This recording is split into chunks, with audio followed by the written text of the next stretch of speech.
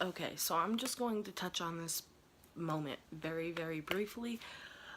It was 3 weeks ago. It's in the past.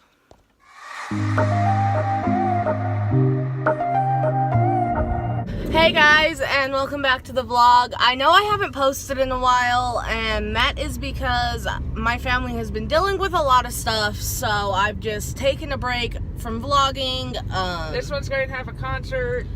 Yeah, I'm going to see the White Noise on the 30th, and I can't wait. But yeah, to fill you guys in, because I know I haven't talked to you guys, since like Christmas. On the 28th, we got a call that my grandma passed away.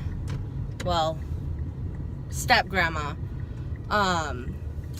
She was still a grandma. Yeah, she was still a grandma, but now this one's trying to kill us. But anyways, so we got that call on the 28th, and ever since then, I really haven't felt like picking up the phone and vlogging.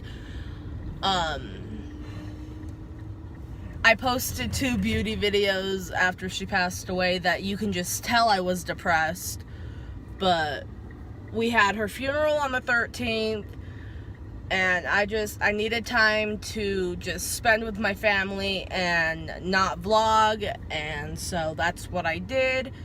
Now she's back out here for 3 weeks. But yeah, I'm back out here for 3 weeks, and I'm not gonna not post a vlog for you guys, because when I'm out here, it's fun. Right now, we are currently going to the mall to see if they have the White Noise shirt that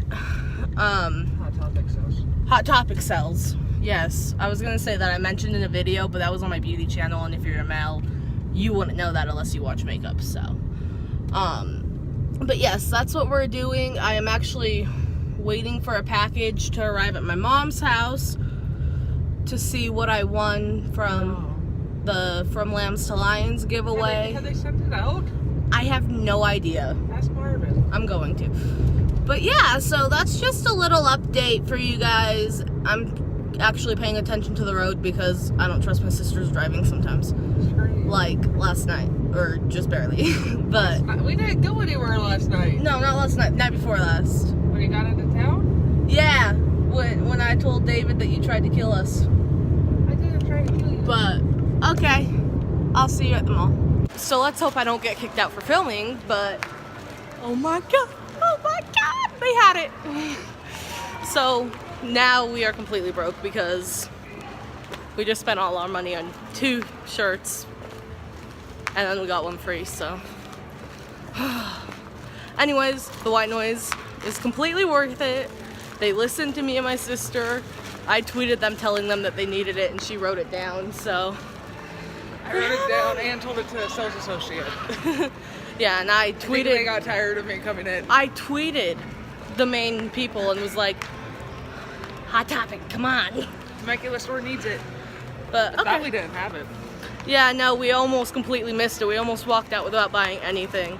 But then Tara was like, Carissa, what's that? And I was like, oh my god. No, I was like, wait, Carissa. And I pulled it out and I'm like, well, same thing. Same thing. Okay, so 3 weeks ago, Logan Paul, a 22-year-old YouTube star, many of you may know him, he has 16 million subscribers here on YouTube, posted a video making fun of suicide. Well, coming from somebody that has wanted to kill themselves in the past, that's completely wrong. He has gotten so much hate, which, what do you expect in a situation like this? Like, I don't condone hate, but I do not condone making fun of suicide. I got asked what my thoughts were, and I honestly wasn't gonna film this video, and then somebody asked me again, and I was like, okay, I'll just sit down and I'll film. It was 3 weeks ago. It's in the past. I'm just gonna touch on this very, very briefly. So, my thoughts are, what he did was wrong. I lost all respect for him after he posted the video that says, I am so sorry, and he said how sorry he was, I tweeted this, and I gained very little respect for him. Today, he posted a video called Suicide Be Here Tomorrow. I have it pulled up on my computer.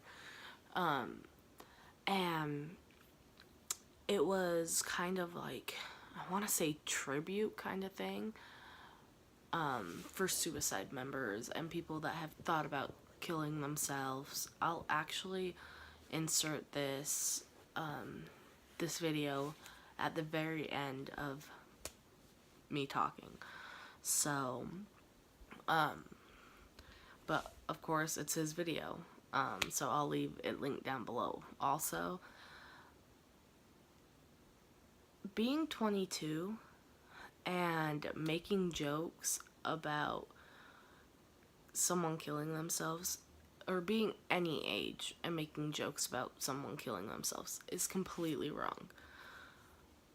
I don't like it. I actually unfollowed him on all his social medias, and I unsubscribed from his YouTube channel when he posted it. And I was a OG, like, I was there when I first found out he was making his YouTube channel. I was subscribed in within like the first 24 hours. I was kind of in love with Logan Paul. Yeah, I'll just admit that. I had an obsession, okay? Not really, but everybody else would say I did. I still have all the words memorized to the Fall of Jake Paul. I'm not hopping on here to defend him. I'm not hopping on here to talk crap on him. I'm just hopping on here to say what he did was wrong. And I can't respect him that much now. Maybe somehow he'll make up for it. I mean, you can never make up for doing something like that, but maybe he'll gain respect back from me. The thing I'm trying to figure out is he still has 16 million subscribers, and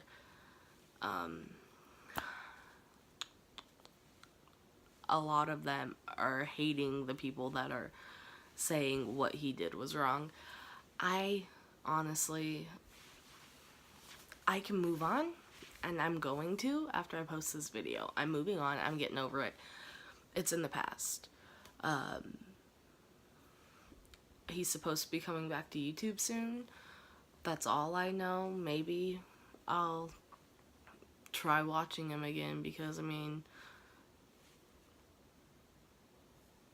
there's good things about him, and then there's bad things. And right now, the bad's really outweighing the good. But I I honestly think that deep down, he is a good person, and he doesn't mean to offend anybody. He doesn't try to offend anybody. And I don't think he realized, because in this video that he posted today, he even said he's never known anybody that has killed themselves. And I honestly think he just didn't know how to react, but it was still wrong. I'm not saying it's right at all. And this should make him grow and be stronger as a person, and it should help him know what to post and what not to post. He did tweet out the day that he posted it, like right after, and he was like, "This is the worst mistake of my life." But he did lose a lot of followers for that, but I feel like he gained some for it. I don't know. My opinion is what he did was wrong. That's all I have to say. And like I said, I was going to touch on this moment very, very briefly.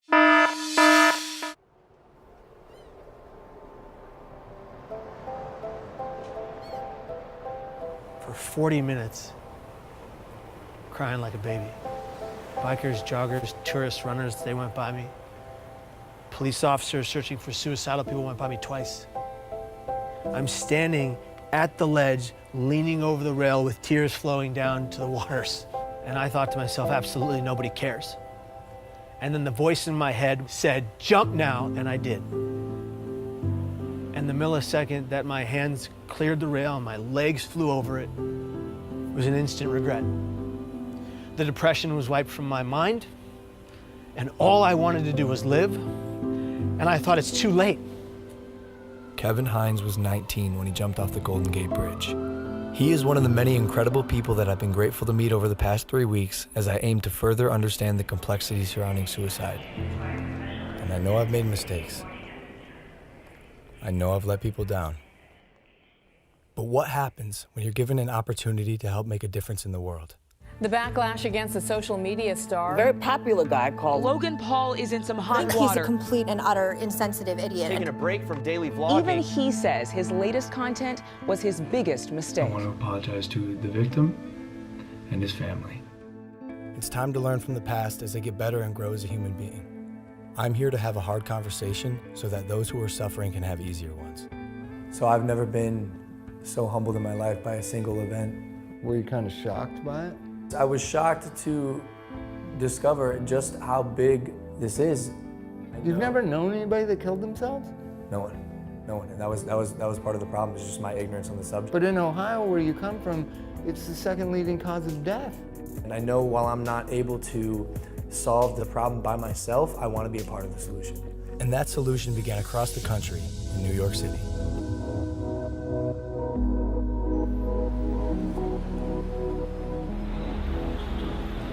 We sat down with Dr. John Draper, director of the National Suicide Prevention Lifeline. We have to change the conversation publicly from just focusing on suicide and how something bad is happening and say, well, what do we do about it? Help people understand that the first thing they need to do is reach out and talk to somebody when they're feeling in despair. Because you're not alone with it anymore. They've done studies with people who are experiencing any kind of pain, including hanging off a cliff. You can hold on a lot longer if somebody is right there with you. I think as a society, as human beings, we just have to be more compassionate. And that includes me too. That's something I'm learning along this journey. And something else that Dr. Draper told me were the 5 steps that anyone can take to help prevent suicide. Step 1 is simply just ask. Ask yourself, ask others, are you thinking about suicide? And I know that sounds like a daunting question, but literally that question can save lives. And step 2, accordingly, would be just to listen. Be present, don't make any judgments, and then step 3 would be there for them, even after you've already asked, because dependability is key. Step 4 is then help them connect, whether it's with a friend, a family member, a local suicide hotline, therapist, but help them reach out to someone so they don't have to deal with this alone. Lastly, step 5 is just check in on them, show them that you care, call them up, say, hey, I want to make sure you're okay, can I check in with you over the next few days? So one of the things that is so important about reducing stigma is getting stories out there about people positively coping with suicide. Do you guys know anyone I could talk to with the lived experience of suicide? Absolutely. We have quite a number of people that we could refer over to. Yeah. That'd be great. Yeah. And that's how we got introduced to Kevin Hines. 17 years ago, Kevin jumped off of the Golden Gate Bridge and survived. These are individuals whose stories, when people hear them, they say, you know, maybe I can get through. As opposed to hearing stories when people haven't. And those are, unfortunately, those are stories that we've heard before. Now we're hearing more and more stories of people being more open about it. And as I was saying before, Logan, for every 1 person that dies by suicide, there's 287 other people that think seriously about it but don't. Those are stories, again, that have not been told. If we told those stories of people who got through it as opposed to one who didn't, imagine what kind of influence that would have on people's behavior. When I found out that 1 in 6 high school kids seriously think about suicide, that's stunning. Yeah. This is such a common problem. Logan, all I wanted was for one person to look me in my eyes and say, hey kid, are you okay? I am so grateful to be alive. And I'm grateful today for every millisecond I get to breathe. Because it was almost all ripped from me by me. What's one thing you would have said to your younger self? To the Kevin who was 19, sitting on the bus, if you were next to you, and instead of the guy who pointed and laughed, what would you say? I would just put my hand on the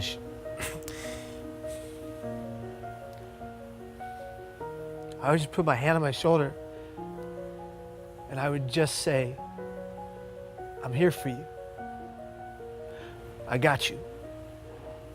We need to be a society that comes together for every person in the community that's going through hell. And in order to do that, every person that's going through hell, whatever hell, has to be honest about their pain.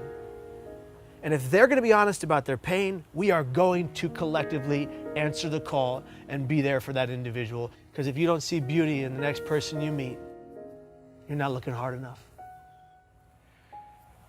You're incredible, dude. This is an honor for me. It's an honor for me too, brother.